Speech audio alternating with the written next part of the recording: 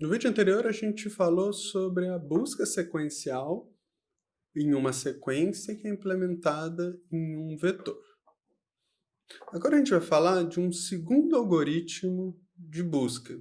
Ele implementa exatamente a mesma operação. Lembra, qual que era a definição da operação de busca? Ela é uma função que ela vai te retornar verdadeiro caso a chave de busca esteja contida na sequência. Ela vai te retornar falso caso a chave de busca não esteja contida na sequência. A gente falou sobre a busca sequencial, que ela utiliza a informação sobre a organização do seu espaço de busca em uma sequência para facilitar a indicação das partes da sequência que já foram avaliadas, e você sabe que a chave não se encontra lá, e a parte da sequência que ainda falta ser avaliada. A busca sequencial ela vai elemento a elemento, começando do primeiro ao último, ou do último ao primeiro. Para cada um desses elementos, ela realiza 3 operações. Ela seleciona qual elemento que vai ser comparado, ela acessa o conteúdo desse registro, e ela faz uma comparação entre esse conteúdo e a chave de busca. A gente vai falar agora sobre um outro algoritmo que ele realiza exatamente a mesma coisa. Ele realiza essas 3 operações, mas o algoritmo de seleção é um pouquinho diferente. A gente vai falar da busca binária. A busca binária é um dos algoritmos mais clássicos da ciência da computação. Por isso é legal vocês dominarem o seu funcionamento. A busca binária ela também utiliza essa informação de que a sua base de busca é organizada em uma sequência. Lembre, o que a gente consegue fazer é que, em uma determinada sequência, é que com apenas um corte, eu consigo dividir entre uma parte que eu já avaliei e uma parte que eu ainda preciso avaliar. A busca binária, ela vai utilizar, além desta informação da organização dos dados em uma sequência, ela vai utilizar uma informação sobre como que esses dados estão organizados entre si. Se existe alguma organização intrínseca aos dados. No caso específico da busca binária, ela exige que os dados estejam ordenados, que a sequência esteja ordenada. O que isso significa? Isso significa que o primeiro elemento é o menor elemento, o segundo elemento é o segundo menor, o terceiro é o terceiro menor e assim por diante. Se um elemento está numa posição adiante da sequência, em comparação ao outro, então esse elemento é maior do que esse primeiro. Ou ela pode ser também ordenada de maneira decrescente, que o primeiro elemento é o maior, o segundo elemento é o segundo maior e assim por diante. O algoritmo funciona para essas duas condições. Então, o que a busca binária faz é utilizar essa informação para tomar a decisão de qual é o próximo elemento a ser selecionado, acessado e comparado com a sua busca. Mas antes de a gente falar da busca binária, vamos pensar, será que eu consigo modificar a minha busca sequencial utilizando essa informação? Vamos voltar lá para a busca sequencial. Qual que era a cara do nosso algoritmo? Lembra? A gente tinha, ele é uma booleana, que é a nossa função de busca. Ela vai receber um vetor, ela vai receber um número de elementos e ela também vai receber a minha chave x. Certo? Lembra, ela era basicamente um for, que ela começava na primeira posição, ela ia até o fim do vetor e a cada posição ela tinha um incremento. E se em uma determinada posição o elemento for igual à chave, eu retorno verdadeiro. Se isso terminar, eu retorno falso, porque eu percorri todo o vetor e não encontrei a chave que eu estava buscando. Agora, vamos pensar numa situação em que esse meu vetor que eu estou buscando, ele está ordenado. E eu estou buscando o elemento 6. O meu x é igual a um 6. Na primeira posição, o meu i está aqui, no 2. O i é o 0, posição 0. Quando eu chegar na minha comparação, ele não vai ser igual, eu vou continuar essa busca para a posição 3. O 3 não vai ser igual ao 6, eu vou continuar para o 7. Aí eu te pergunto, o 7 é diferente do 6, eu deveria continuar a busca para a posição 9. Mas, se eu sei que esse vetor é ordenado, eu sei que todos os elementos à frente aqui do 7, todos os elementos aqui são maiores do que o 7. Então não adianta continuar a busca, porque como todos os elementos são maiores que o 7, nenhum deles vai ser igual ao 6.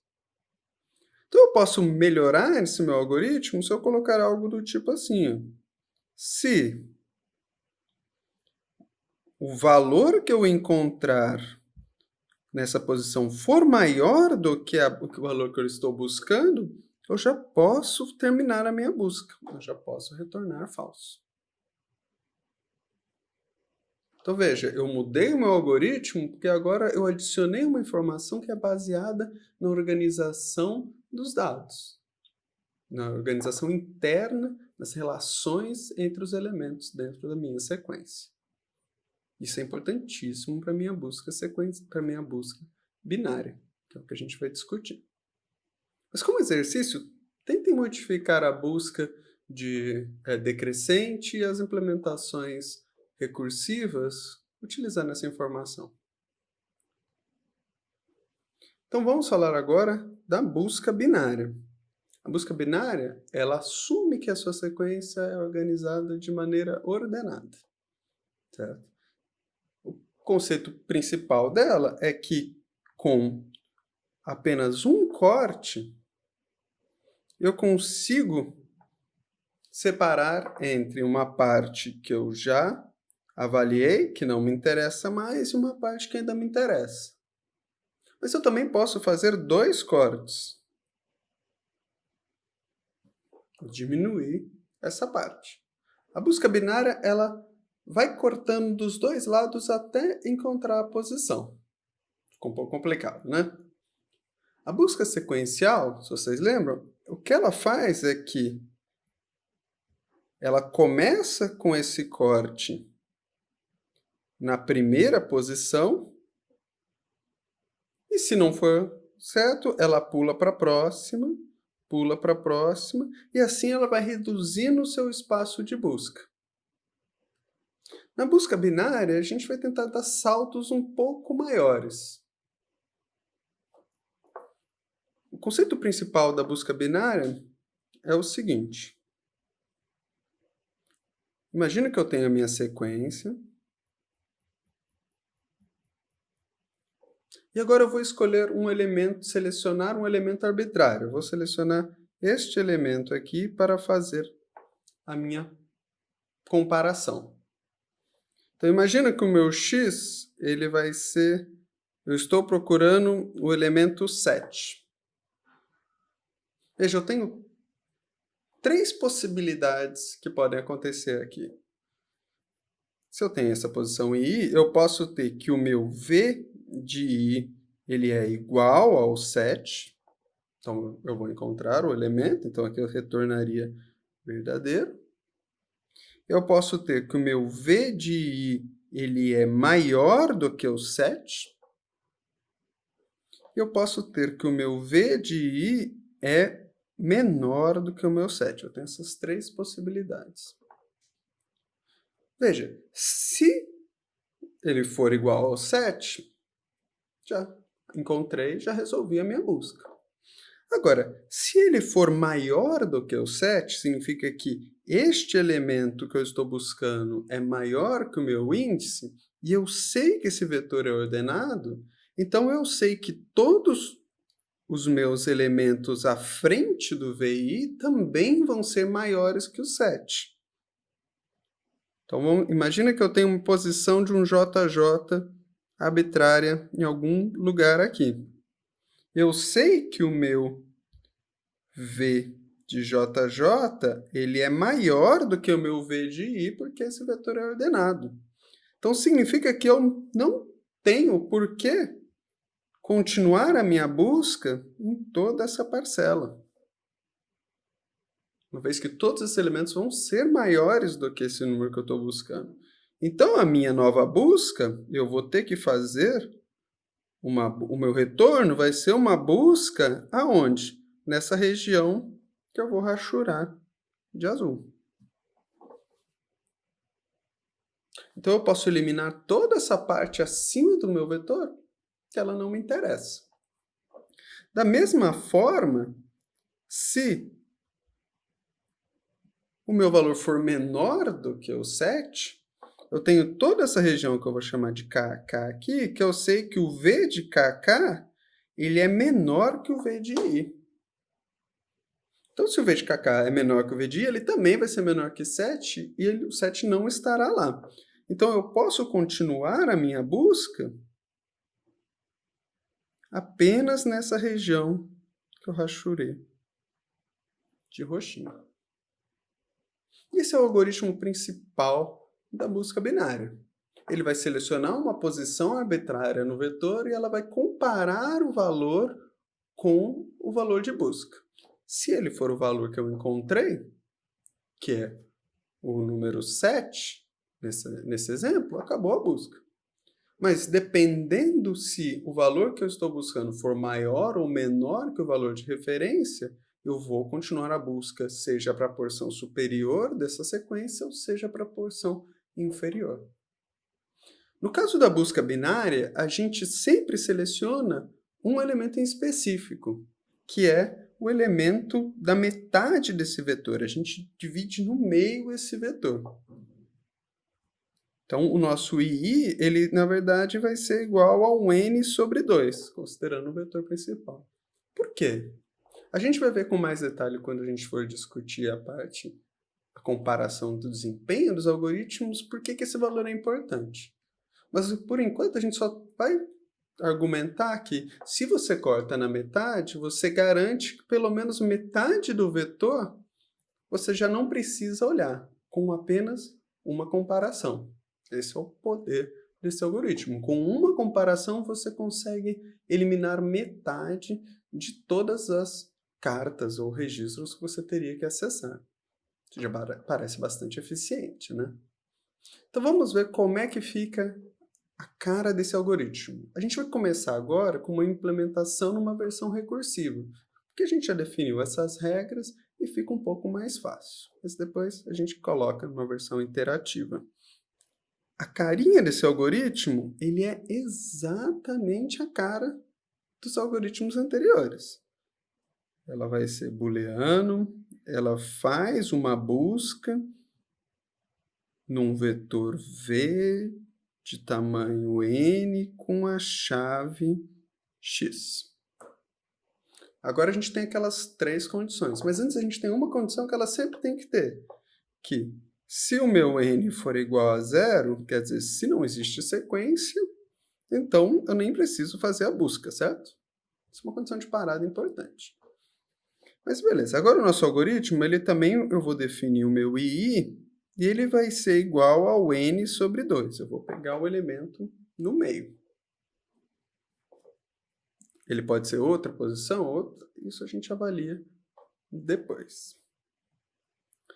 Aí eu vou avaliar as 3 possibilidades.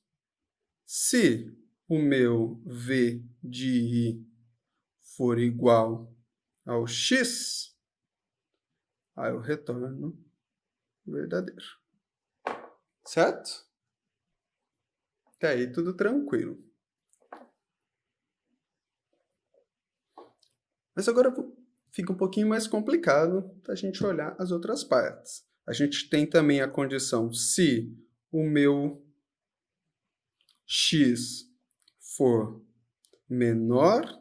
maior do que aquela posição, ou se o meu x for menor do que aquela posição. Lembre que é uma versão recursiva, eu vou retornar uma busca, mas com um novo espaço de busca, nessas 2 condições. Veja, se eu posso, então, vamos desenhar aqui para ficar um pouquinho mais fácil da gente entender, certo?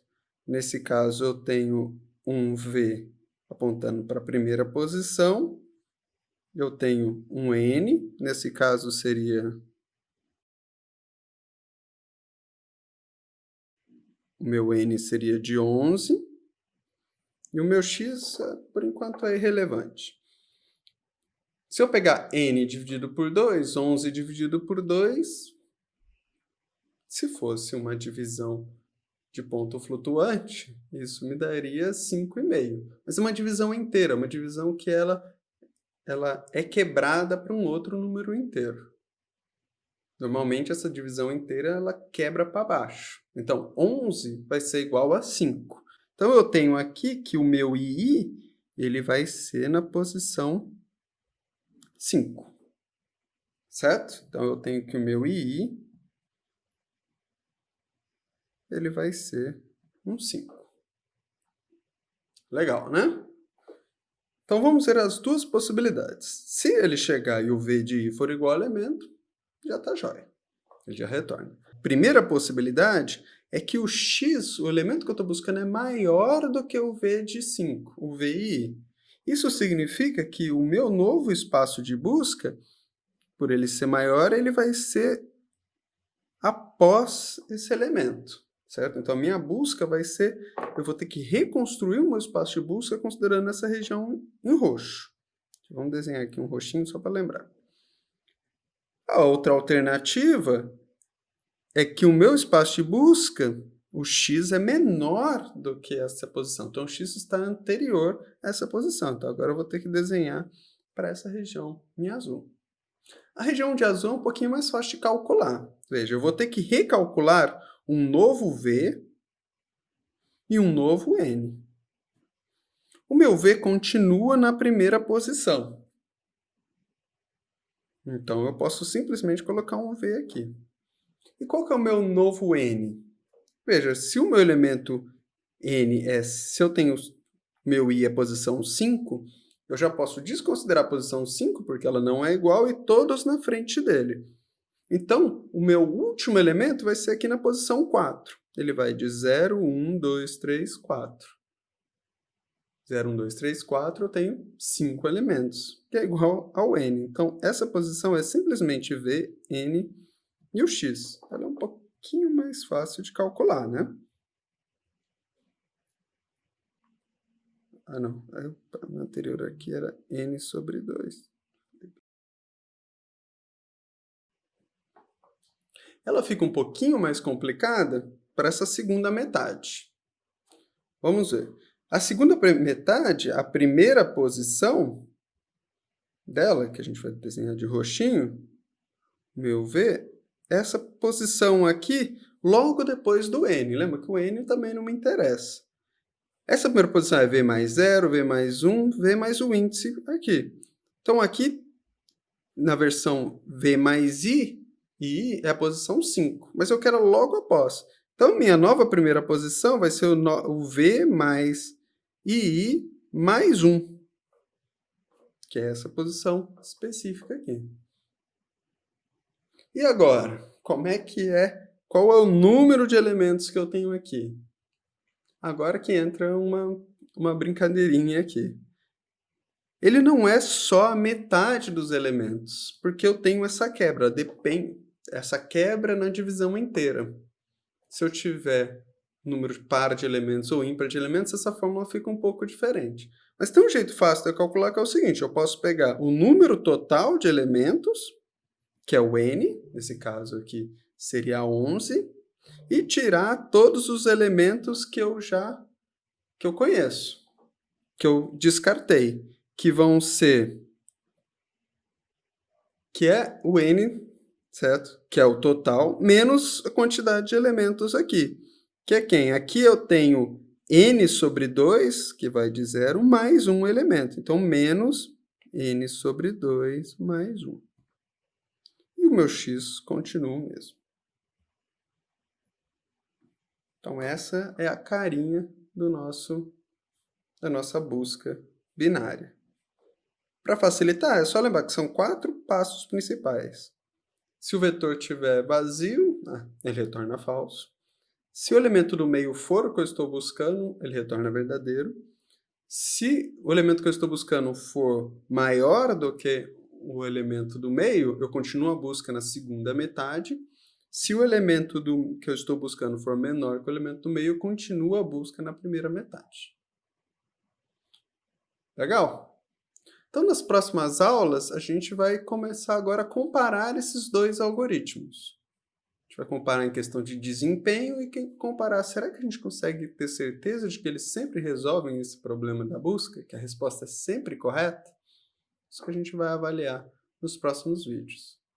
Mas antes, tente reimplementar esse algoritmo utilizando uma versão iterativa, em que não tenha recursão. Isso é um bom exercício. Então, até o próximo vídeo.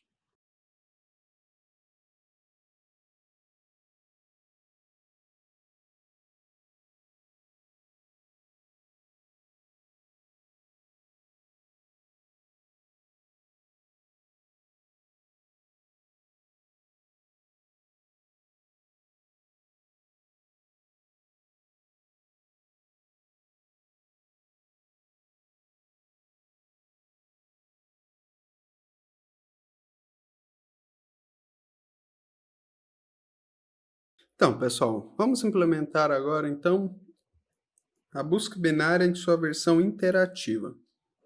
Vamos primeiro lembrar como é que é essa implementação na sua versão recursiva. Lembra, ela é uma busca, como as outras. Ela vai receber como char o meu vetor, o número de elementos e a minha chave.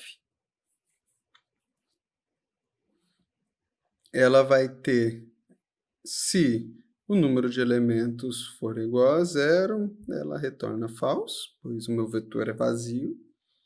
E aí eu vou selecionar o elemento do meio e vou fazer 3 possibilidades. Vou considerar 3 possibilidades.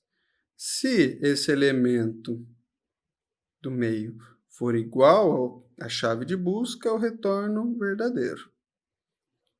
Se esse elemento que eu estou buscando for menor do que... se a minha chave de busca for menor do que esse elemento do meio, eu vou continuar a minha busca na primeira metade, que ela continua na indicação do início, só que agora eu tenho n sobre 2 menos n sobre 2 elementos, e eu tenho também a posição, a chave x. A outra alternativa é que se a minha chave for maior, eu continuo a busca na segunda metade, que aí vai ser um v de n sobre 2 mais 1, que é aquela posição logo a seguir da metade que eu avaliei, e o número de elementos vai ser n menos n sobre 2 mais 1. E a chave continua x. Então, como que eu consigo reimplementar isso aqui de uma versão iterativa? Veja, esse algoritmo é muito parecido com o da busca sequencial. A única diferença é que, em vez de eu ter apenas uma opção de corte, em direção crescente ou decrescente, agora eu tenho 2 opções de corte, dependendo se x é menor ou maior. Eu posso até mesmo alterar esse algoritmo aqui, que ele vira exatamente a busca sequencial. Por exemplo, se em vez de eu colocar aqui, eu colocar i igual a 0. Se o elemento x for menor do que esse valor, eu posso simplesmente já matar minha busca. Então, aqui eu teria um retorno falso. Caso contrário, a minha busca, eu teria que, na verdade, seria v de n mais 1, e o meu novo tamanho seria só de n menos 1, que é exatamente a mesma função. Então, da mesma forma que na versão iterativa eu uso aquele i, agora eu vou ter que usar 2 cortes, e não só o i. Eu vou ter que usar um II e um JJ. Mas vamos usar um outro nome para ficar um pouquinho mais fácil. A gente vai usar o PP e o QQ. Então vai, ele é a mesma cara, o V, N e o char X. Então lembra, na versão iterativa, eu estabelecia o meu II e apontava para a primeira posição, certo? Agora a gente vai nós vamos modificar esse cara e a gente vai construir um PP, que é a primeira posição, e a gente vai colocar um QQ, que é na última posição. Então agora a gente vai ter um int pp, que ele da mesma forma vai continuar na primeira posição, e o meu QQ, que ele vai começar na última posição, que é quem? Que é n menos 1. Lembra, na busca binária eu preciso avaliar qual que é o tamanho desse vetor. Para facilitar um pouquinho, qual que é o tamanho do espaço que está entre pp e qq? Esse tamanho, eu vou até colocar um n, uma outra variável, só para facilitar a nossa vida.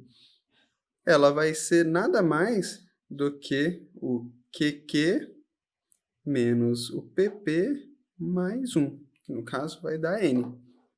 Veja que o QQ é essa posição menos essa primeira, isso vai te dar 1 a menos que eu adiciono da posição certinha. Só dar um exemplozinho aqui, ó. Sempre fica mais fácil você desenhar o vetor, ó. 2, 3, 7. Eu tenho 0, 1 e 2. O P é igual a 0, o Q é igual a 2. Tenho 3 elementos. E o meu N vai ser igual a 2 menos 0 mais 1, que é igual a 3. Que é exatamente o que eu estava procurando. Certo? Então, se eu tenho esse meu N, então eu vou continuar a minha busca enquanto esse meu N for maior que 0. Então, eu posso, em vez de colocar esse N, eu posso fazer algo do tipo assim, ó. Enquanto QQ menos PP mais 1 for maior do que 0, eu continuo o meu loop. Lembra? O loop é de seleção, de acesso e de comparação. Qual que vai ser a minha seleção? Minha seleção vai ser o elemento no meio entre o PP e o QQ. Eu posso fazer um artifício aqui que a média dos dois vai ser o elemento que eu estou procurando. Então, eu posso fazer que o meu II ele vai ser igual ao PP mais o QQ dividido por 2.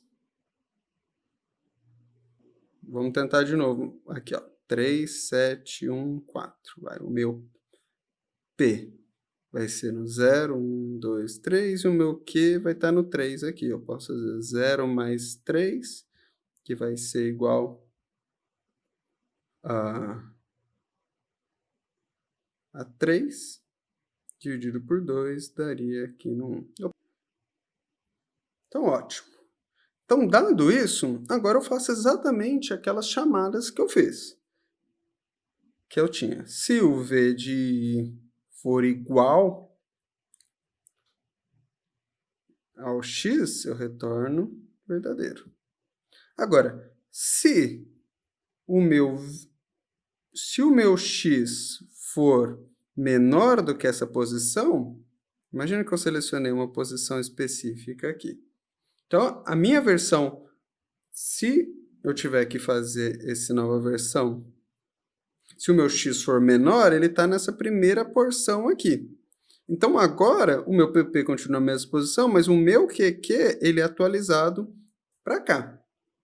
Esse é o meu novo QQ. Então, aqui o que eu teria que fazer é só fazer que o meu QQ novo ele vai ser igual a quem? Ele vai ser igual ao II menos 1.